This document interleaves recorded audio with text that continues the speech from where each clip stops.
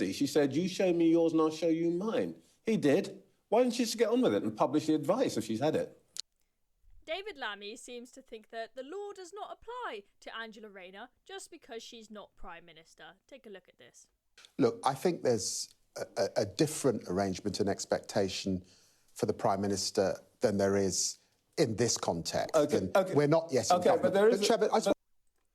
Okay, so the law doesn't apply to you, basically, if you're not the Prime Minister. That would be consistent with David Lammy's views of how he's supposed to behave on air as an LBC presenter, because we saw him breaking the news the other day, which is completely against the Ofcom rules. But he went ahead with it anyway, because I guess rules don't apply if you're not the Prime Minister.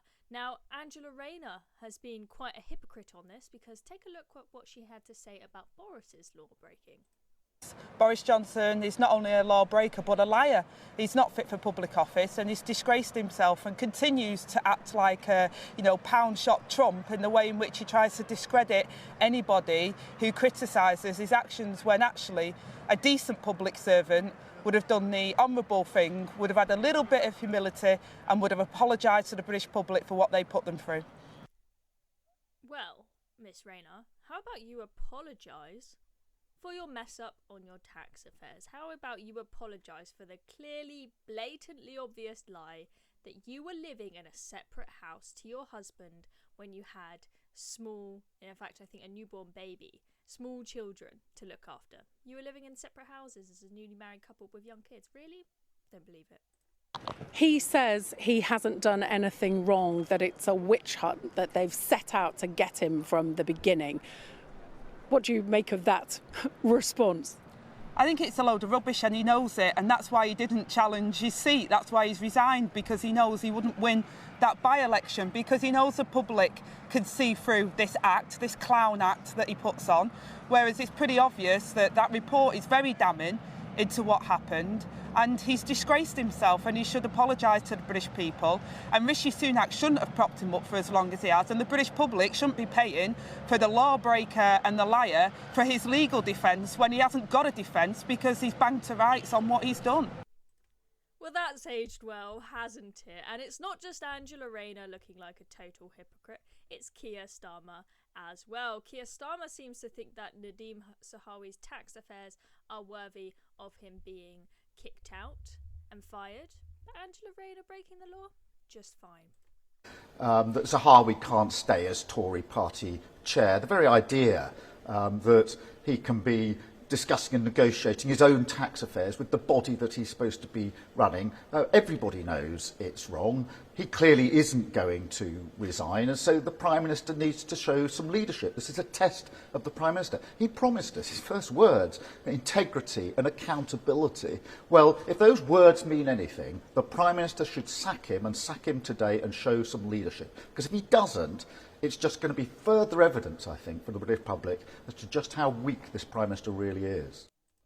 Well, I'm not sure integrity and accountability are the words that I would use to describe the Labour Party either, the way it is going. Clearly, this is not a changed Labour Party, and they are no different to the Tories. They are all a bunch of hypocrites. It would seem Labour cannot distinguish themselves as the party on a moral high horse that doesn't commit any wrongdoing, unlike those sleazy Tories as they try to paint it to be. They are trying to make this Angela Rayner story go away, but it just keeps on coming back to bite them. So we'll see what happens, but I think the public are seeing that Labour is not a truly changed party with perfect morality. Nevertheless, they'll still get a load of votes because people think that they are still the better of two evils. Not everyone, but a lot of people across the country. So hence, Keir Starmer does have the legway to get away with these kind of mess-ups.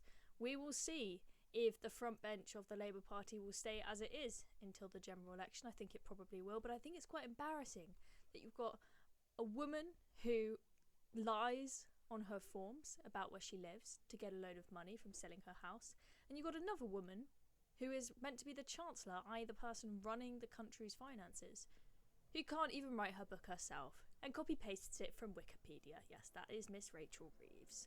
Pretty appalling, isn't it?